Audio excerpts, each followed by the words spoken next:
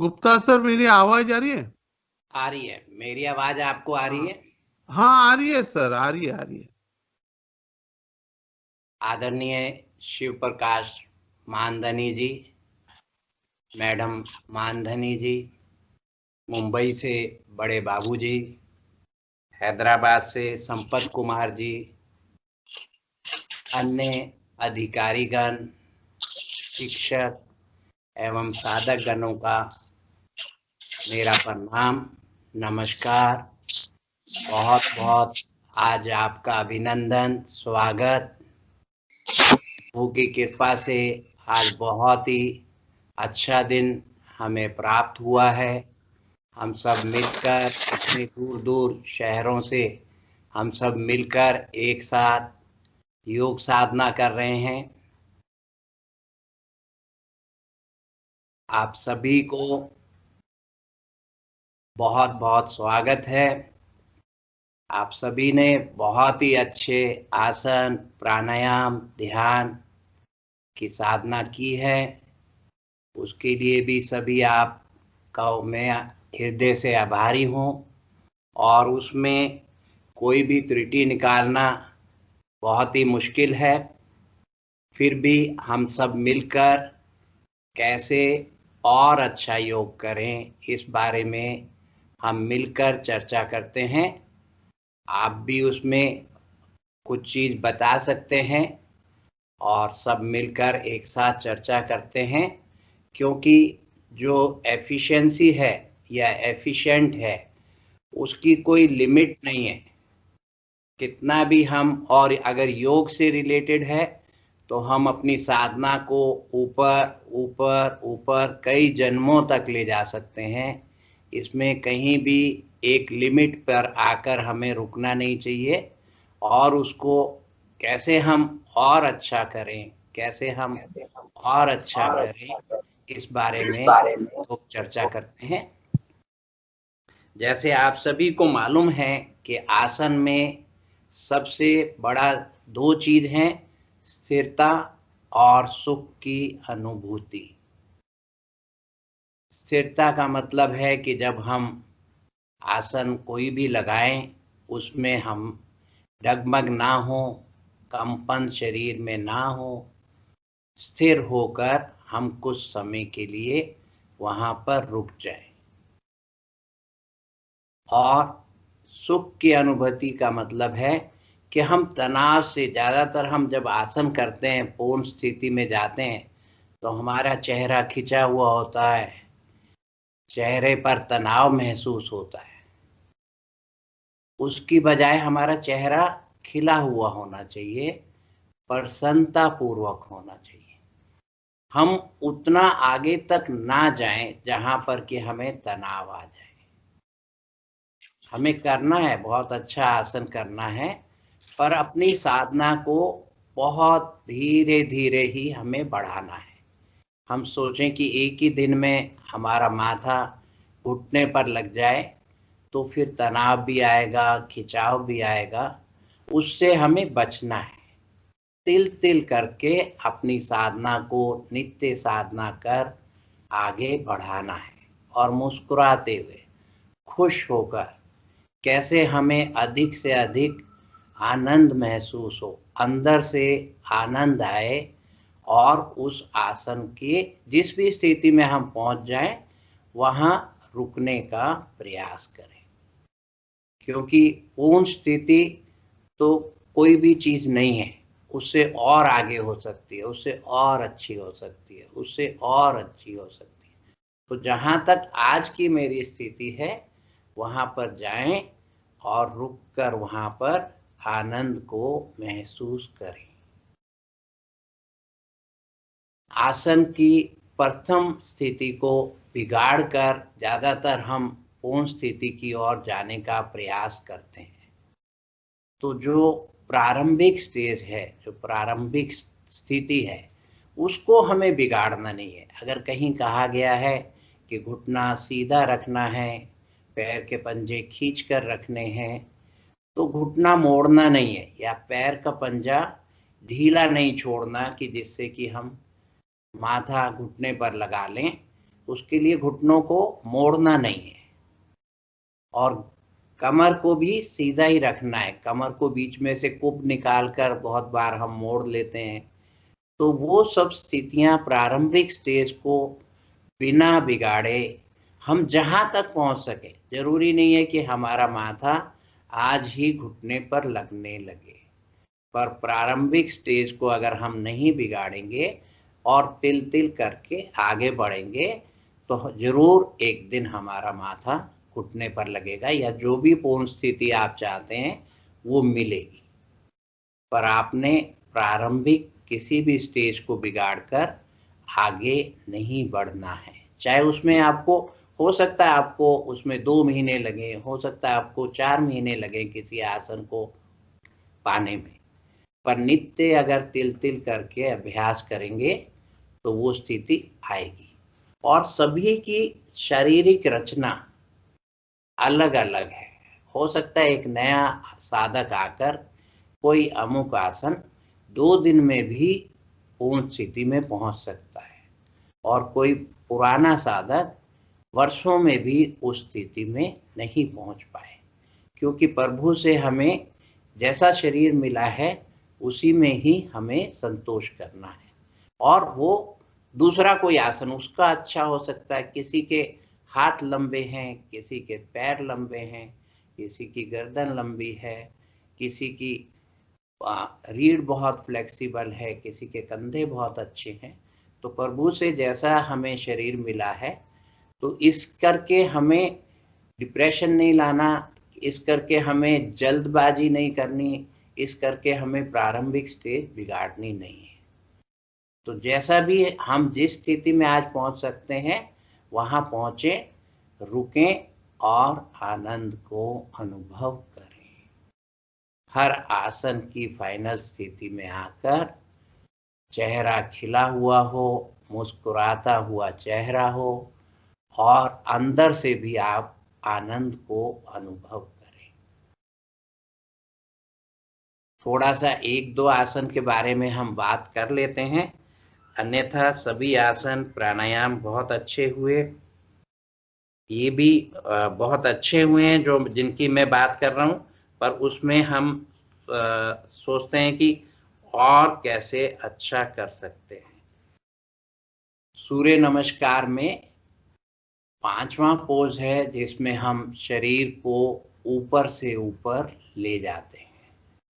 दोनों पीछे एड़ियां आसन पर लग जाती हैं और शरीर को हम पीछे की ओर करते हैं और इसमें हम प्रयास करते हैं कि शरीर ऊपर से ऊपर आ जाए। उसके लिए हम ठोड़ी को कंठकूप में लगा लेते हैं और कंधों को थोड़ा सा नीचे की ओर लाते हैं। वो ज्यादातर हम बोलते नहीं है, हमें उल्टा वी शेप बनाना होता है। अगर आपको स्क्रीन पे दिख रहा है तो हमें जैसे पैर पीछे से स्लांट करते हैं ऐसे ही आगे से भी हमें कंधों को नीचे से नीचे ले जाएं, जिससे कि फिर शरीर ऊपर से ऊपर जाएगा और ठोड़ी को कंठकूप में लगा लें। उससे बहुत अच्छा प्रभाव हमारे शरीर पर आता है। मैं समझता हूं कि समझ आ गया होगा। वैसे जो ये वाला पोस्चर जो मैं बोल रहा हूं, हाँ, अरविंद जी ने बहुत अच्छा किया था कि वो आगे से भी नीचे गए थे और शरीर उनका ज्यादा से ज्यादा ऊपर गया था। तो इसमें आपने ध्यान रखना है कि आपका शरीर पीछे से ज्यादा ऊपर जाए और उल्टा वी शेप बन जाए। ऐसे ही जब 7वां पोज है, हम शरीर को हम 8वां अंग हमारे लगे हुए होते हैं, नाभि का अंग, नाभि हमारी ऊपर उठी हुई होती है। इसमें हमारी कोहनियां खड़ी हुई हैं और हथेली पर हम जोर डालते हुए शरीर को आगे सरकाते हैं। इसमें ज्यादातर हम सब जगह देखते हैं कि शरीर को हम आगे सरका नहीं पाते हैं, क्योंकि हम कोहनियां खड़ी नहीं रखते या हम नाभि को उठाकर नहीं रखते उतना। इसमें करीब 6 से 12 इंच तक शरीर को आगे सरकाएं। वीडियो हाथ चालू कर दो। जब शरीर आगे सरक जाता है तो फिर हम उसको कोहनियों को खोल दें और शरीर को आगे से शरीर को ऊपर की ओर उठाएं, पीछे की ओर जाना है इसमें। और इसमें महत्वपूर्ण बात यह है कि हमें अपनी थाइस को, जंघाओं को, या नाभि, ये कहिए कि नाभि से नीचे वाले भाग को आसन पर लगाने का प्रयास करना है।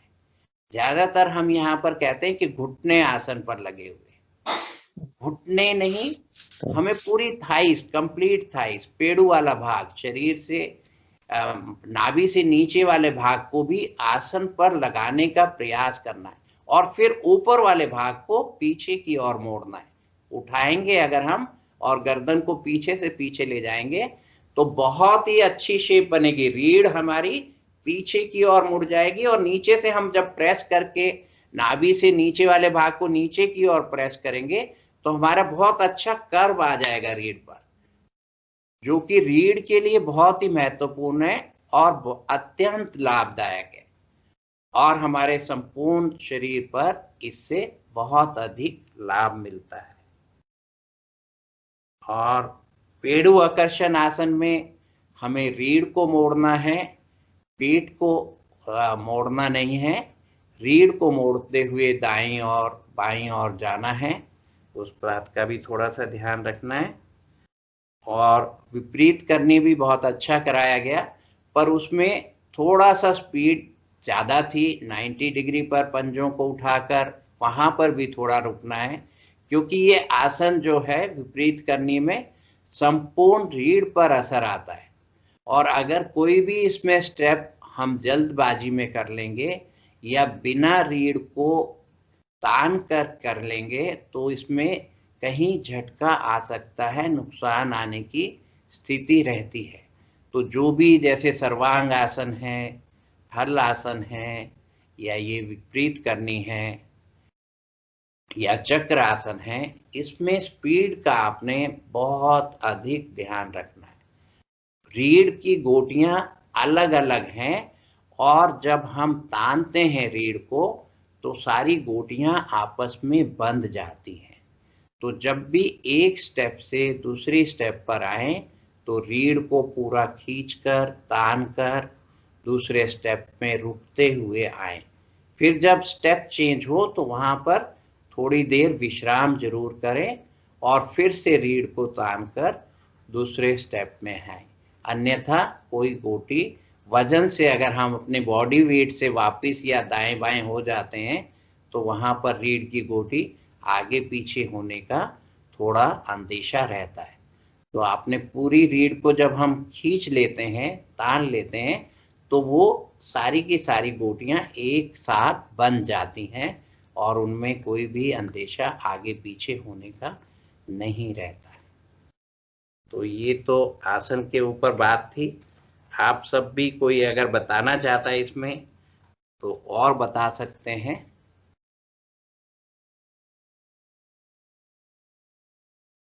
ठीक है, मैं सोचता हूँ आइए फिर थोड़ा सा प्राणायाम के ऊपर बात कर लेते हैं। प्राणायाम भी संजय गायकवाड़ जी ने बहुत अच्छे कराए, बहुत सभी बातों का बहुत अच्छे से ध्यान रखा गया। और एक बात मैं यहाँ कहना चाहूँगा कि जब भी हम बंधों के साथ प्राणायाम करते हैं तो प्राणायाम हमारे 8 से 10 गुना अधिक फलदायक हो जाते हैं। यानी कि एक प्राणायाम अगर हम बिना बंद के कर रहे हैं और एक प्राणायाम बंदों के साथ कर रहे हैं तो उसमें जो फल है, लाभ है, वो 8 से 10 गुने का अंतर आ जाता है। यानी कि अगर हम 5 मिनट बंदों के साथ कोई प्राणायाम करते हैं तो 50 मिनट बिना बंद के साथ प्राणायाम करते हैं, दोनों का फल चाहे वो शारीरिक हो, चाहे मानसिक हो, चाहे आध्यात्मिक हो, सभी बराबर मिलते हैं। मतलब 5 मिनट और 50 मिनट, इतना ज़्यादा फर्क हो जाता है। तो प्रयास हमें करना है कि बंधों के साथ प्राणायाम को शुरू में नहीं लग पाता है तो बाद में आप प्रयास करें कि बंधों के साथ प्राणायाम करें। जैसे ये हमारा उज्जयी प्राणायाम है या भस्त्रिका प्राणायाम है, इन दोनों को हम मूल बंद लगाकर कर सकते हैं। अगर बंद शुरू में खुलेगा, जब खुले फिर वापस से लगा लें, उसमें कोई ऐसी बात नहीं है। जब आपको ध्यान आए वापस से मूल बंद लगा लें। और इन प्राणायामों को बाद में जो विधान है जिसमें आंतरिक कुंभक के साथ फिर बाह्य कुंभक के साथ भी अपनी साधना को धीरे धीरे हमें बढ़ाना है। भस्त्रिका प्राणायाम में लास्ट स्टेज ही कराई गई है। आज मैं सोचता हूँ कि हमारे पास समय है तो हम पहली, दूसरी, तीसरी तीनों स्टेज को एक बार भस्त्रिका प्राणायाम में कर लेते हैं, क्योंकि उसमें बंधों का भी विधान हम देख लेते हैं कैसे है। और इसमें आंतरिक कुंभक के बाद मैं समझता हूँ सभी हम पुराने साधक हैं, पुराने अधिकारी जुड़े हुए हैं। अगर कोई नया है तो वो बंधों को उतनी देर ही लगाए जब तक कि उसे घुटन ना हो। तो अब जो हम प्राणायाम करेंगे भस्त्रिका प्राणायाम, वो बंधों के साथ करेंगे। अंत में हम पहले आंतरिक कुंभक के साथ त्रिबंध लगाएंगे और फिर दूसरी तरफ से, मान लो हमने दाईं ओर से किया तो दाईं ओर से श्वास भरकर हम धीरे धीरे श्वास भरकर आंतरिक कुंभक में त्रिबंध में रुकेंगे। और फिर जब हमने बंद खोल दिए फिर धीरे धीरे बाईं ओर से श्वास छोड़ेंगे। मतलब राइट से भरा था, लेफ्ट से धीरे धीरे श्वास बाहर निकालेंगे, रेचक करेंगे और अधिकाधिक श्वास बाहर निकालकर बाह्य कुंभक में भी त्रिबंध लगाएंगे। शुरू में कम समय के लिए लगता है, पर प्रयास करें कि दोनों समय बराबर हो। और इन बंधों में भी हम मानसिक ओम की गिनती गिनेंगे या अपने मानसिक इष्ट मंत्रों को भी दोहरा सकते हैं। तो उसमें दोनों कार्य हो जाएंगे। आप समय भी निर्धारण कर लेंगे और इष्ट मंत्रों का भी जप हो जाएगा। आप उसमें इस समय को भी आपने बढ़ाना है। जो बंधों का समय है, आज मान लो 4 सेकंड है, 15 दिन रोज प्रैक्टिस करके फिर 5 सेकंड कर लें, फिर 15 दिन रोज प्रैक्टिस करके 6 सेकंड कर लें। इस समय को भी आपने, चाहे वो आंतरिक कुंभक में बंद है चाहे बाह्य कुंभक में बंद है, नित्य धीरे धीरे थोड़ा थोड़ा अभ्यास करके आपने अपने बंधों के समय को भी बढ़ाना है। वहां मैं बताना भूल गया, जो आपके आसन भी हैं, जब भी आसन की फाइनल स्टेज में जा रहे हैं आप धीरे धीरे जाएं। वहां भी आप अपने मानसिक ओम की गिनती गिन सकते हैं शुरू में, या फिर मानसिक आप इष्ट मंत्रों का भी जप कर सकते हैं, जैसे कि ओम नमः शिवाय 1, ओम नमः शिवाय 2, या जो भी आपका इष्ट मंत्र है। मान लो राम राम 1 या श्याम श्याम 1, जो भी आपका इष्ट मंत्र है वो बोलते हुए आप फाइनल स्टेज में जाएं और उस समय को भी बढ़ाएं। फाइनल स्टेज में जाने के समय को भी बढ़ाएं। और ऐसे ही फाइनल स्टेज में जब पहुंच गए फिर आप इष्ट मंत्रों का जप करें। वहां पर भी उस समय को धीरे धीरे एक एक सेकंड बढ़ाते हुए हर 10 दिन बाद 1 सेकंड बढ़ा लें, 10 दिन बाद 1 सेकंड बढ़ा लें। और फिर जब वापिस आए तब भी अपने इष्ट मंत्रों का जप करें, वो भी धीरे धीरे आपने करना है। आसन का मतलब यही है कि हमें बहुत धीरे धीरे फाइनल स्टेज पर जाना है, रुकना है और बहुत धीरे धीरे फाइनल स्टेज से वापिस आना है। चाहे हम आसन कम करें, प्राणायाम कम करें, पर उसको एक तो बहुत ठीक ढंग से करें और रुकते हुए करें। ये बातों को हम ध्यान रखेंगे। आइए भस्त्रिका प्राणायाम को करते हैं एक बार हम अपने इष्ट मंत्रों के साथ और मानसिक गिनती के साथ और पहली 3 स्टेज भी करेंगे, चारों स्टेज करेंगे हम। इसमें एक और बात ध्यान रखनी है कि जब आप बायां हाथ ज्ञान मुद्रा में रखते हैं घुटने के ऊपर, और तो हम ज्यादातर कोहनी को सीधा कर देते हैं, कोहनी ऐसे रख लेते हैं। कोहनी को पूरा मोड़ना है और जहां हथेली का पृष्ठ भाग है वो घुटने पर रखना है, और सिर्फ 3 उंगलियां बाहर निकलेंगी और थोड़ा सा नीचे की ओर स्लांट किए हुए होंगी। और दाहिने हाथ की जो मुद्रा है, प्राणायाम मुद्रा है, कोहनी आपकी शरीर से लग जाए तो बहुत आसानी रहती है, उससे हमारी गर्दन टेढ़ी नहीं होती। अगर हम बाहर रखते हैं तो ऐसे हो जाती है, और हाथ भी थक जाता है, ज्यादा देर हम कर नहीं पाते। तो हमें हथेली को शरीर के, ये कोहनी को शरीर से सटा कर रखेंगे तो हमें सपोर्ट भी मिलता है, शरीर भी स्थिर रहता है और हाथ भी नहीं थकता है और गर्दन भी सीधी रहती है। इसी तरह जब बंद करते हैं नासिका को, तो ये हड्डी है नासिका की, यहाँ पे हल्का सा इशारा देने से, अनामिका उंगली से या अंगूठे से राइट और लेफ्ट में बंद हो जाती है। आपको नासिका को ज्यादा प्रेशर से मोड़ना तोड़ना नहीं है, ज्यादा मूवमेंट भी नहीं करनी उस वक्त, क्योंकि जितना शरीर स्थिर रहेगा उतना हमें अंदर जाने में सहायता मिलेगी। आइए एक बार करते हैं भस्त्रिका प्राणायाम।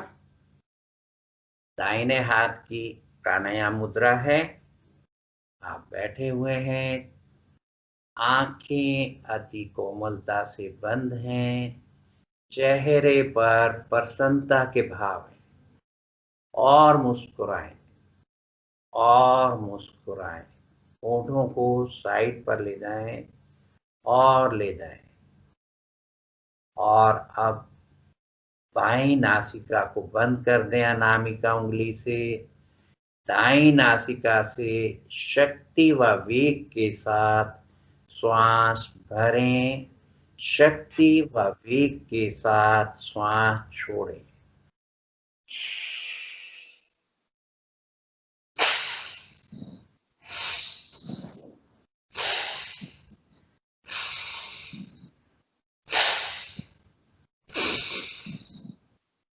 गहरा व लंबा श्वास है, छोटा श्वास नहीं है। शरीर स्थिर रहेगा, सिर्फ फेफड़ों की और पेड़ू वाले भाग की मूवमेंट है। जब श्वास पूरा भरेंगे पेड़ू वाला भाग बाहर आएगा, जब श्वास पूरा बाहर निकालेंगे पेड़ू वाला भाग अंदर जाएगा। यहाँ पर मूल बंद आप प्रयास करें कि लगा रहे, मूल बंद लगाकर इस प्राणायाम को करें। मूल बंद खुल जाता है तो वापिस लगा लें। शुरू में 15-20 बार इस क्रिया को करें और फिर धीरे धीरे इसे बढ़ा सकते हैं। सर्दियों में ही ये प्राणायाम करना है। नवंबर से लेकर या मार्च तक, कहीं अक्टूबर में ठंड हो जाती है तो अक्टूबर से लेकर मार्च तक इस प्राणायाम को करना है। गर्मियों में ये प्राणायाम नहीं करना है। करते चले जाएं।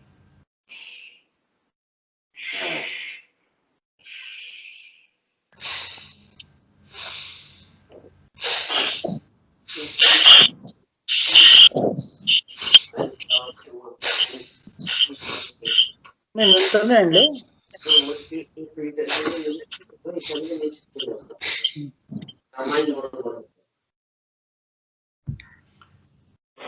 करते चले जाएं। दाएं से ही भरना है, दाएं से ही छोड़ना है।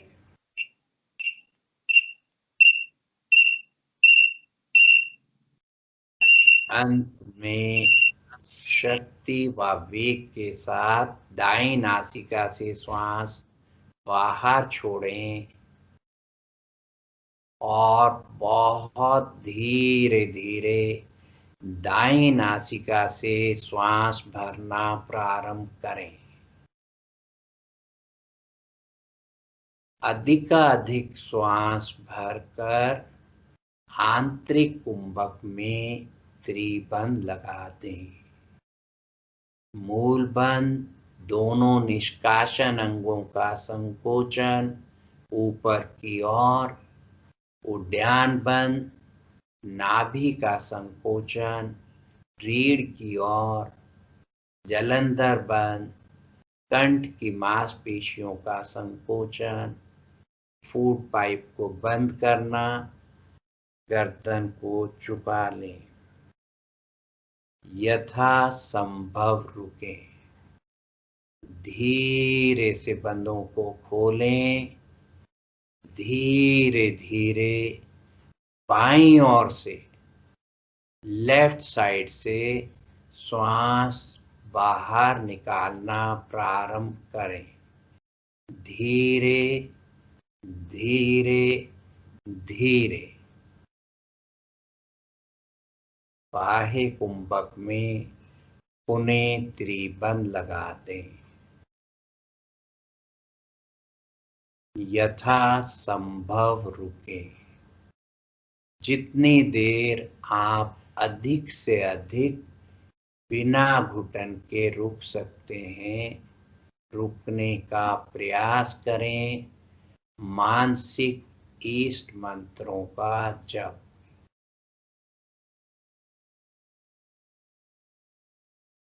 धीरे से बंधों को खोलें। पहले उड्डयन, फिर जलंधर, तत्पश्चात मूल बंध। शांत भाव से बैठें। मानसिक अवलोकन।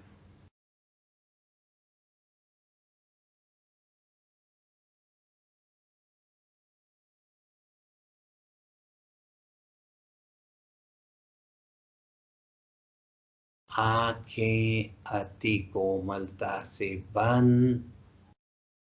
चेहरे पर प्रसन्नता के भाव।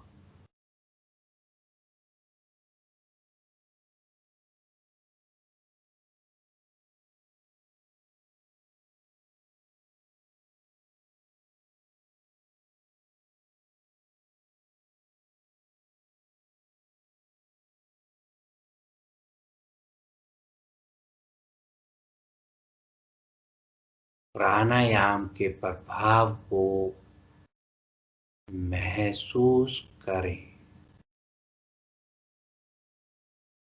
आनंद की स्थिति,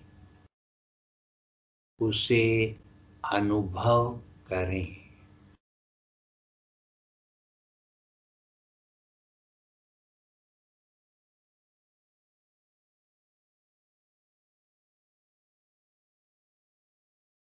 इसी क्रिया को अब बाईं ओर से करेंगे। बाएं हाथ से आपने घुटने को पकड़ा हुआ है। दाहिने हाथ की प्राणायाम मुद्रा है। आपने अंगूठे से दाईं नासिका को बंद करना है। बाईं नासिका से गहरा व लंबा श्वास शक्ति व वेग के साथ भरना है। शक्ति व वेग के साथ छोड़ना है। चेहरे की आकृति ना बिगड़े। शरीर में हिलडुल ना हो। छोटा श्वास नहीं है, पूरा बड़ा श्वास भरना है, बड़ा श्वास छोड़ना है। पेड़ू वाले भाग की मूवमेंट है। चेहरे पर प्रसन्नता के भाव बने रहेंगे।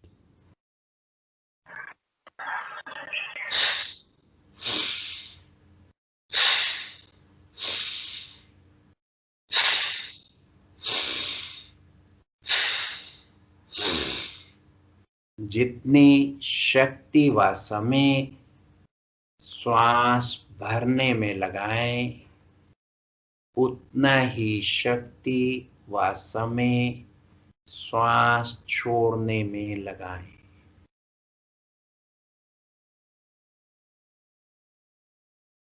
गर्दन की मूवमेंट नहीं है, सिर्फ पेड़ू वाला भाग बाहर से दिखेगा। लंग्स आपके भरेंगे, खाली होंगे।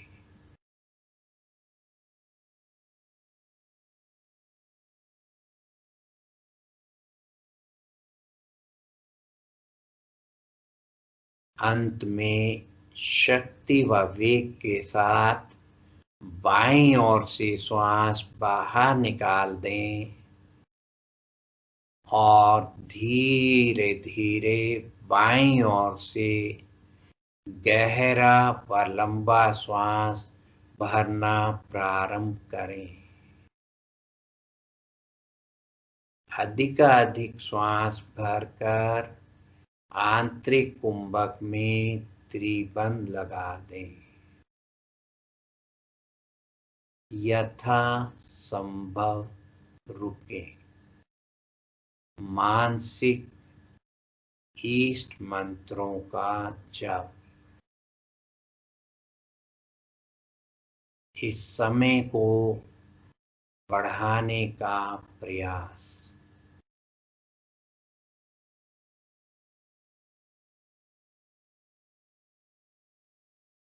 धीरे से बंदों को खोलें। धीरे धीरे दाईं ओर से, राइट साइड से श्वास बाहर निकालना प्रारंभ करें। अत्यंत धीरे धीरे धीरे। पेट की मांसपेशियों का संकोचन। बाह्य कुंभक में त्रिबंध लगा दें।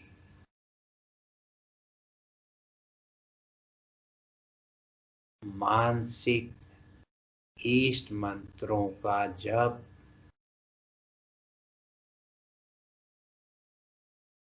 यथा संभव रुके।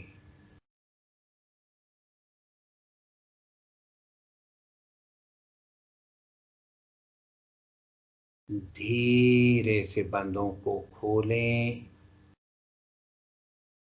शांत भाव से बैठें।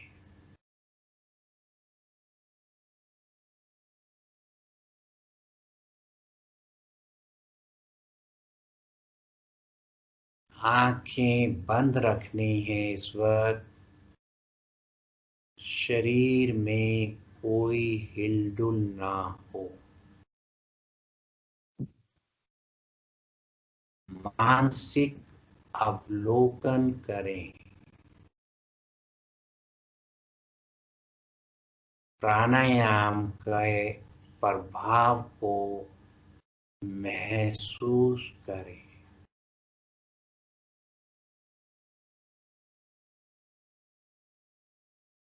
आनंद को अनुभव करें।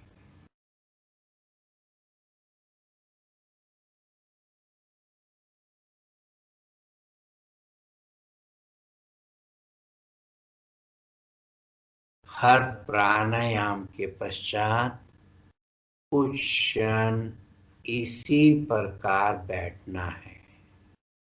अन्यथा जो आध्यात्मिक लाभ आना था, जो मन हमारा अंदर जाता है, विचार हमारे थमते हैं, वो रह जाएंगे। अगर हम नहीं बैठेंगे तो सिर्फ हम फिजिकल लाभ ही लेकर असली जो जूस मिलना था, जो 99% और लाभ मिलने थे,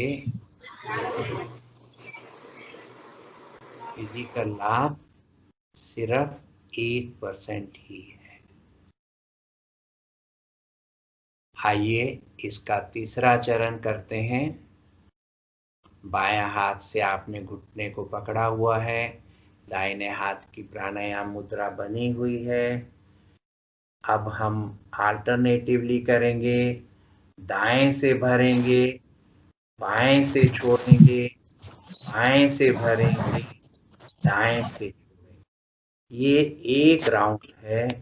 इस तरह के हम 15 या 20 राउंड शुरू में लगाएंगे। राइट से शुरू करना है। गहरा व लंबा श्वास है। फोर्स एंड स्पीड दोनों है। शक्ति, वेग, गहरा व लंबा श्वास।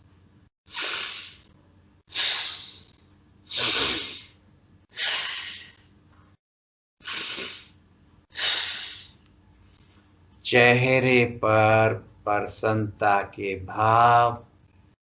शरीर में कोई हिलडुल नहीं।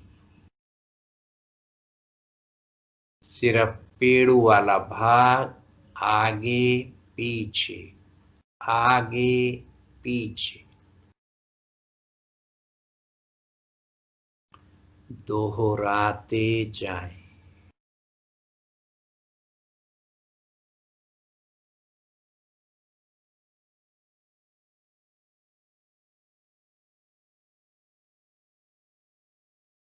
दाएं से भरना, बाएं से छोड़ना, बाएं से भरना, दाएं से छोड़ना।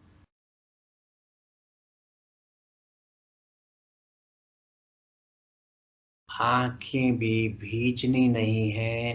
बहुत धीरे से एक पलक दूसरी पलक पर रखी हुई।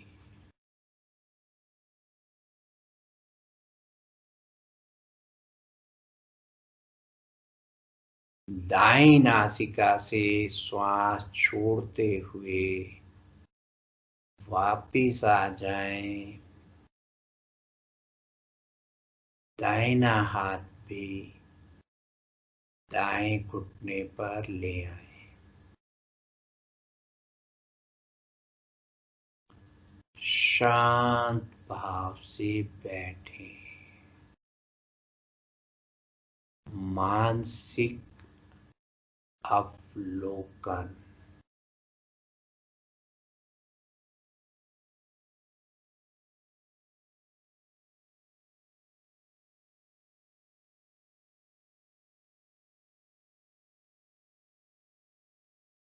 मन समस्त ज्ञान इंद्रियों से हित स्वतः ही बिना प्रयास के ही अंतर्मुखी हो गया है।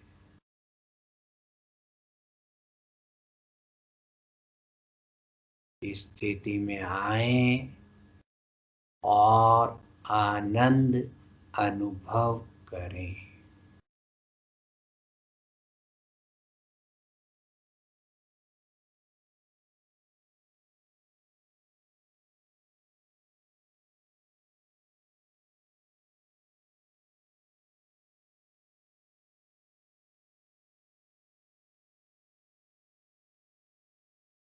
ये तीसरी जो स्टेज है, ये जो तीसरा चरण है, इसमें हम बंधों का उपयोग नहीं करते हैं।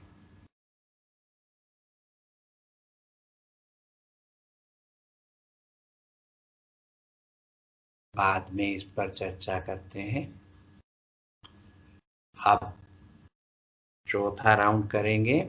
दोनों हाथ से दोनों घुटनों को कसकर पकड़ लें। कंधे सहज है, अकड़ाने नहीं है। शरीर भी सहज है, चेहरा भी सहज है। प्रसन्नता के भाव। शक्ति व वेग के साथ श्वास भरें दोनों नासिकाओं से, और दोनों नासिकाओं से शक्ति व वेग के साथ श्वास छोड़ें।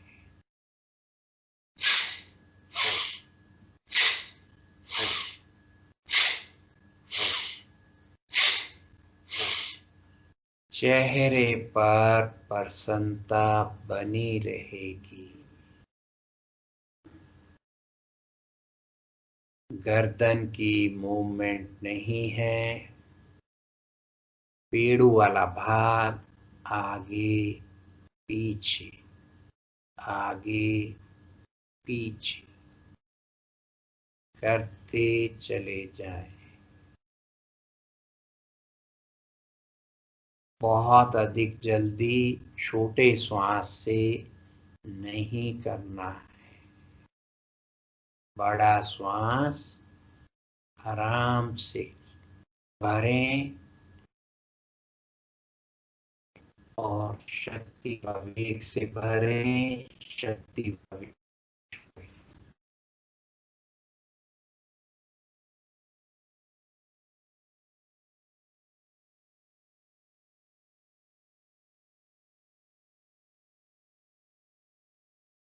शक्ति व वेग से श्वास बाहर छोड़ दें।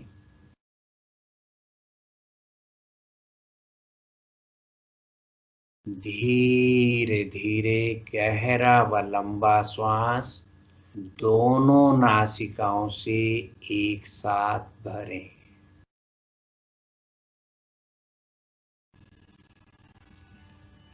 अधिकाधिक श्वास भरकर आंतरिक कुंभक में त्रिबंध लगाएं।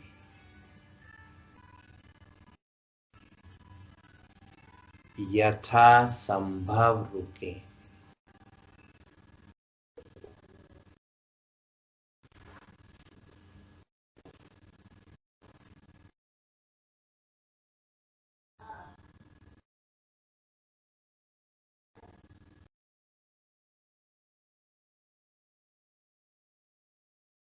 धीरे से बंधों को खोलें। धीरे धीरे श्वास बाहर निकालना प्रारंभ करें।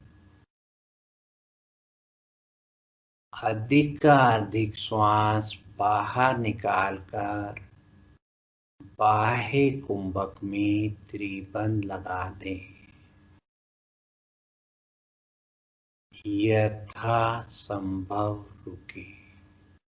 मानसिक ओम की गिनती या ईष्ट मंत्रों का जप।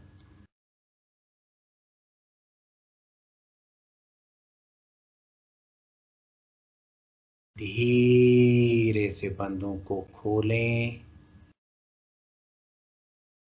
शांत भाव से बैठें।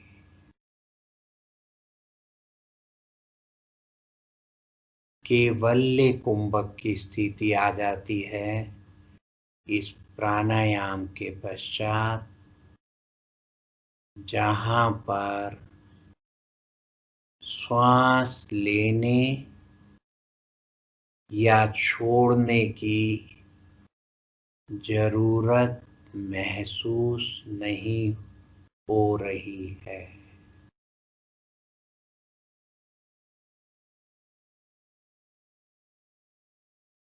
शरीर का भी भान ही नहीं है। बहुत ही आनंद की स्थिति। इस आनंद को महसूस करें,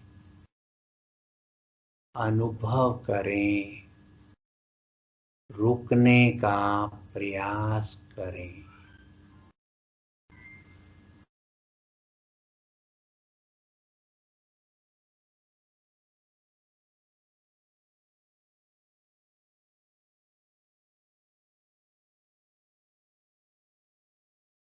धीरे से आंखें खोलें। यहाँ पर कई बार हम बोल देते हैं प्राणायाम खत्म होता है, श्वास सामान्य कर लें। श्वास हमें लेने की जरूरत ही नहीं है। श्वास लेना छोड़ना शुरू कर दें, ऐसे बोलते हैं। तो श्वास हमें वहां पर लेना ही नहीं है, जरूरत ही नहीं है। और कम करें चाहे प्राणायाम, रुक कर आनंद के साथ। बाद में जरूर शांत होकर बैठें, यही हमें लाभ है, अन्यथा वो आसन ही है। फिर अगर प्राणायाम के पश्चात हम नहीं बैठे तो वो फिर आसन जैसा ही लाभ आएगा। और आसन में भी अगर प्राणायाम जैसा लाभ लेना है तो फाइनल पोस्चर में आंखें बंद कर आनंद को अनुभव करें, तो हमें वहां पर भी प्राणायाम जैसा लाभ आएगा जब हम स्थिर होकर बैठेंगे। तो इसमें जो तीसरा चरण है उसमें हम इसलिए बंद नहीं लगाते कि अपने आप से जब हम लेफ्ट और राइट से बराबर श्वास लेते हैं अल्टरनेटिवली, तो हमारा मध्य स्वर चलता है, सुषुम्ना नाड़ी प्रभावित हो जाती है वहां पर। अन्यथा बाकी सभी चरणों में हम बंद लगाकर सुषुम्ना नाड़ी को प्रभावित करते हैं, मध्य स्वर को चलाते हैं। जो मध्य स्वर है वो ही हमारी प्रेजेंट में जीने की स्थिति आती है, ध्यान की स्थिति आती है, आनंद की स्थिति आती है।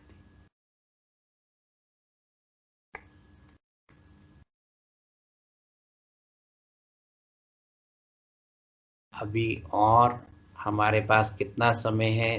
संचालक सर हैं, अगर कोई। हाँ सर, हाँ जी, समय है, समय है सर। है हमारे हाँ पास। कितनी है देर है और है समय? और 15 मिनट है आधा और घंटा, समय। आधा मतलब 20 आधा मिनट है, घंटा 20 किया मिनट, तो भी चले। हाँ जी, आधा घंटा किया तो। हाँ, संडे है, वैसे संडे है आज। अच्छा ठीक है, तो थोड़ी सी एक प्राणायाम के और कर लेते हैं, उज्जयी प्राणायाम को भी कर लेते हैं और फिर थोड़ा सा योग पर चर्चा कर लेंगे।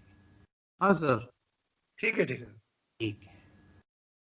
उज्जयी प्राणायाम में जो मुद्रा थी बैठने की, वो मेरे को मालूम नहीं है कि किसने उसके लिए बताया। वैसे तो इसमें ज्ञान मुद्रा में ही इस प्राणायाम को करते हैं। शायद आप लोगों ने प्राण मुद्रा में किया था। अपान मुद्रा में। नहीं सर, अपन हाँ जी? अपन मुद्रा में किया, अपन मुद्रा में। अच्छा, वो कहीं पर ऐसा मैंने तो पढ़ा नहीं है कि अपान मुद्रा में उसको कहीं करने का विधान है, या किसी ने आपको बताया तो बहुत अच्छी बात है, मेरी नॉलेज में नहीं है। हेलो सर, मैं सुलेखा बात कर रही हूँ पुणे से। हाँ जी, हेलो।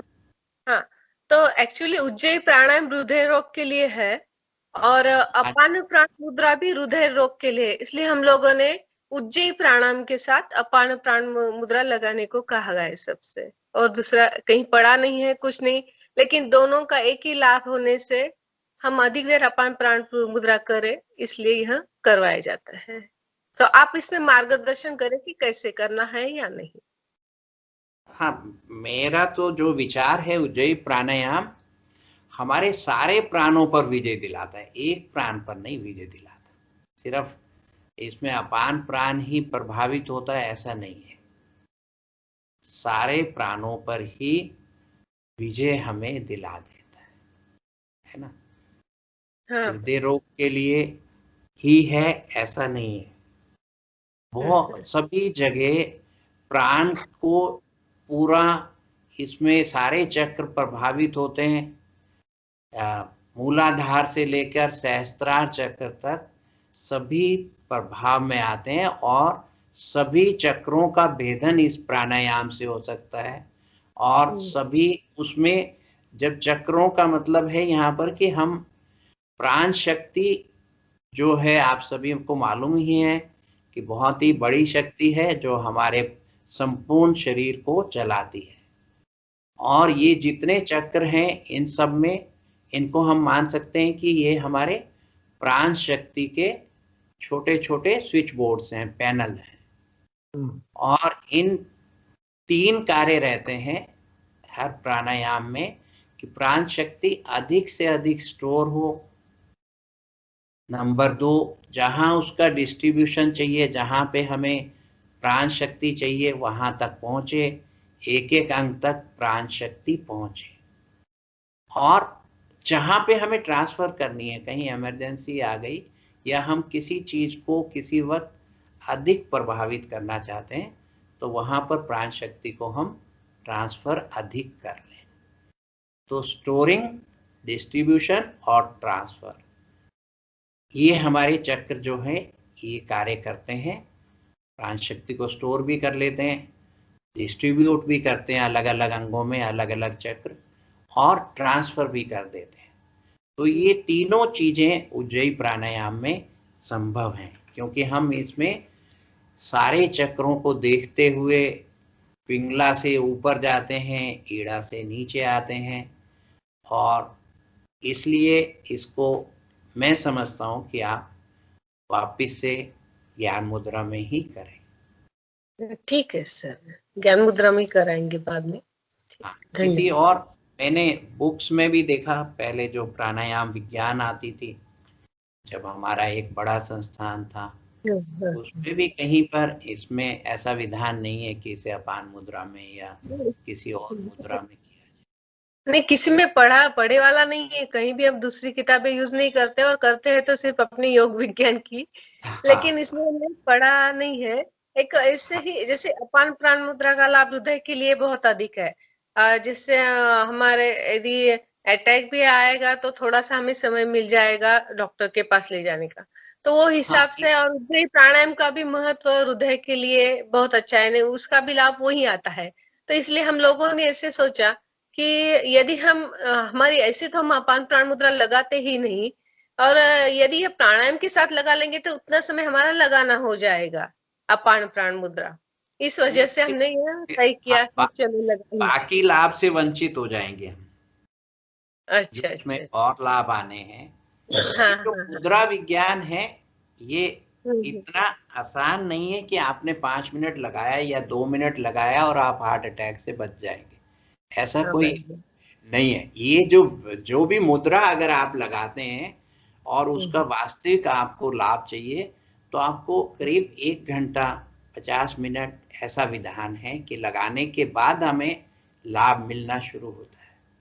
ऐसा नहीं है कि आपने 1 मिनट लगा, किसी को हार्ट अटैक आया और आपने ये मुद्रा लगा दी तो वो उसका ठीक हो गया हार्ट अटैक, ऐसा कहीं विधान नहीं है। नहीं, ठीक नहीं होगा, थोड़ा सा समय मिलेगा डॉक्टर के पास ले जाने। समय भी तभी मिलेगा जब वो जो है रोज 40 मिनट लगाता होगा तो।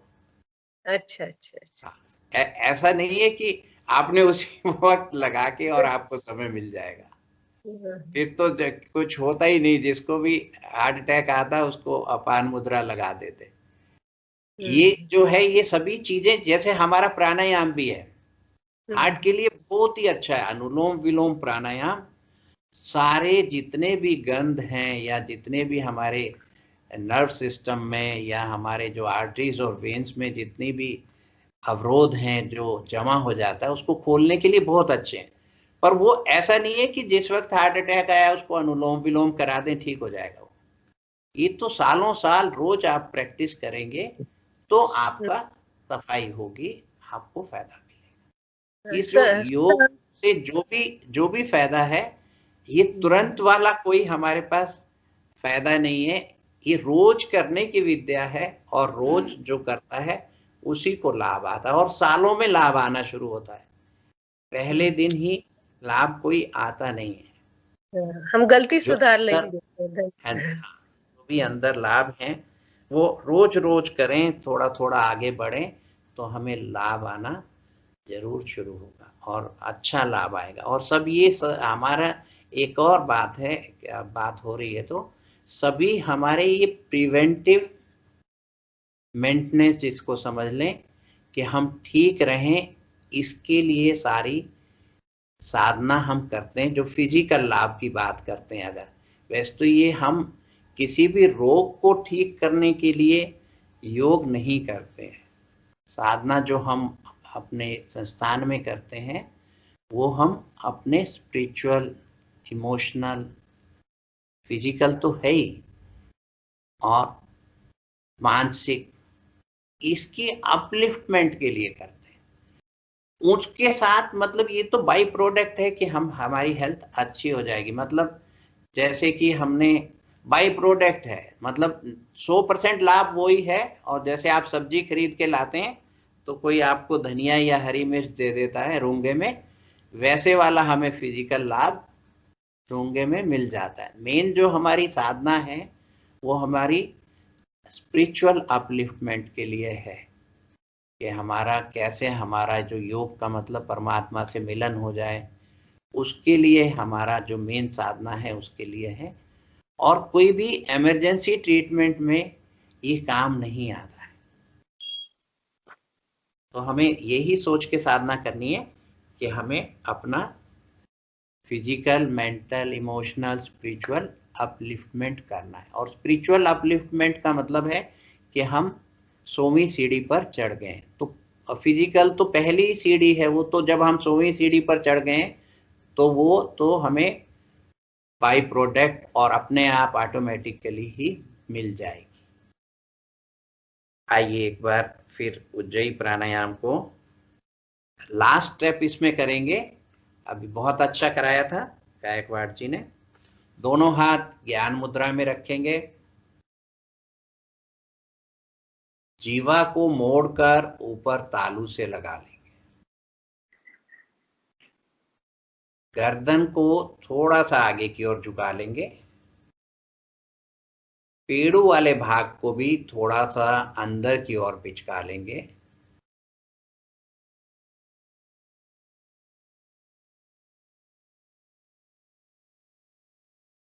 और मधुर खराटे लेते हुए धीरे धीरे श्वास भरना प्रारंभ करेंगे।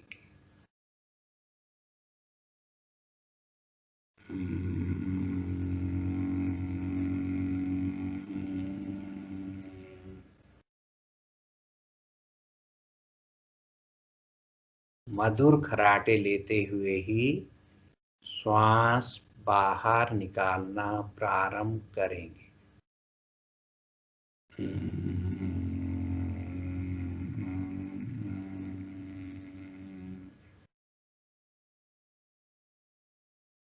इसको दोहराते जाएंगे।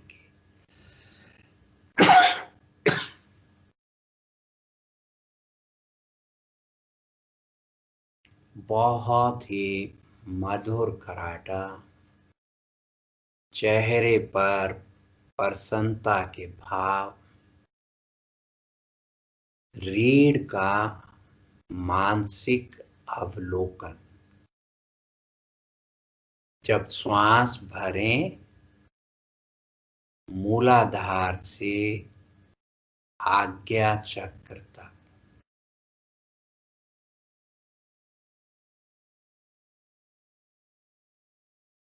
अधिकाधिक श्वास भरकर आंतरिक कुंभक में आज्ञा चक्र पर रुकें।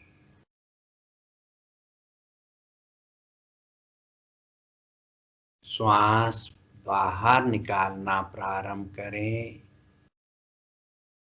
मधुर खराटे के साथ धीरे धीरे पूरी श्वासों को लंबाई देते हुए अधिकाधिक श्वास बाहर निकालकर मूलाधार चक्र पर कुछ क्षण रुकें।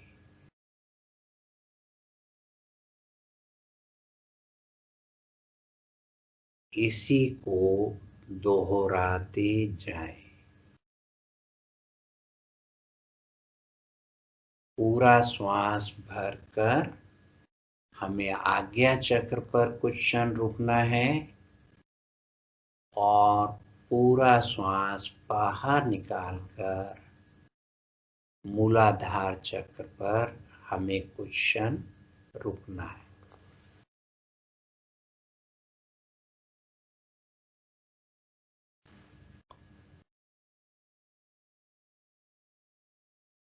और इससे आगे की साधना करते हैं हम।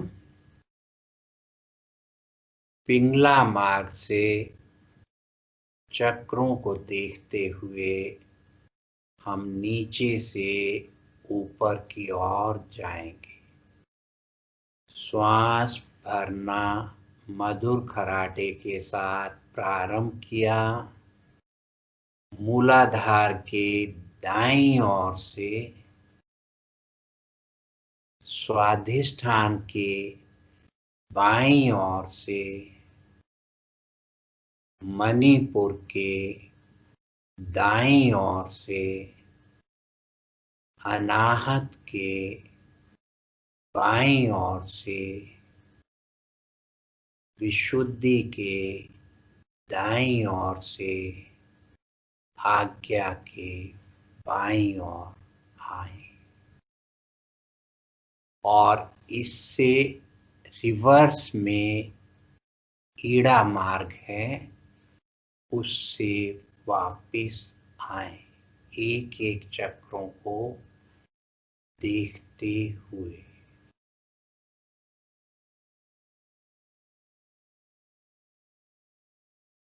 ईड़ा मार्ग मूलाधार के बाईं ओर से शुरू होता है, स्वाधिष्ठान के दाईं ओर से, मणिपुर के बाईं ओर से, अनाहत के दाईं ओर से, विशुद्धि के बाईं ओर से, मूलाधार के दाईं ओर से। और पूरा श्वास भरकर आंतरिक कुंभक में भी रुकना है, आज्ञा चक्र पर, और पूरा श्वास बाहर छोड़कर मूलाधार पर भी बाह्य कुंभक में रुकना है।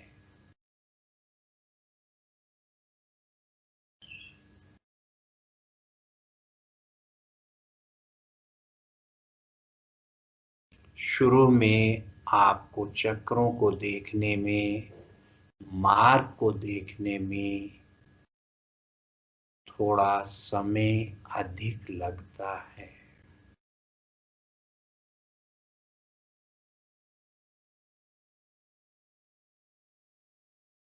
शुरू में आप इमेजिन करें अपनी रीढ़ पर चक्रों को, रीढ़ पर पिंगला और ईड़ा मार्ग को देखने का इमेजिनेशन कर लें।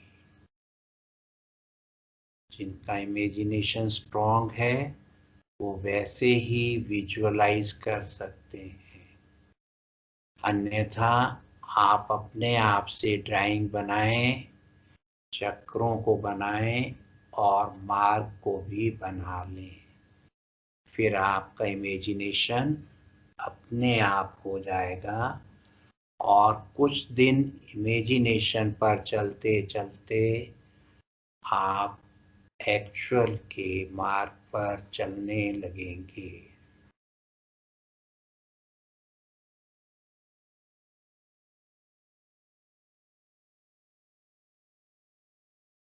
वापिस आ जाएं, शांत भाव से बैठे।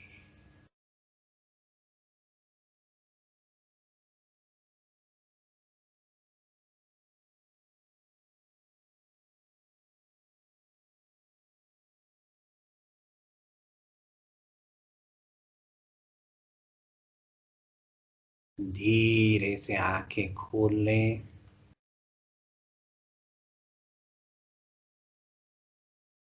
किसी को अपने पोस्चर चेंज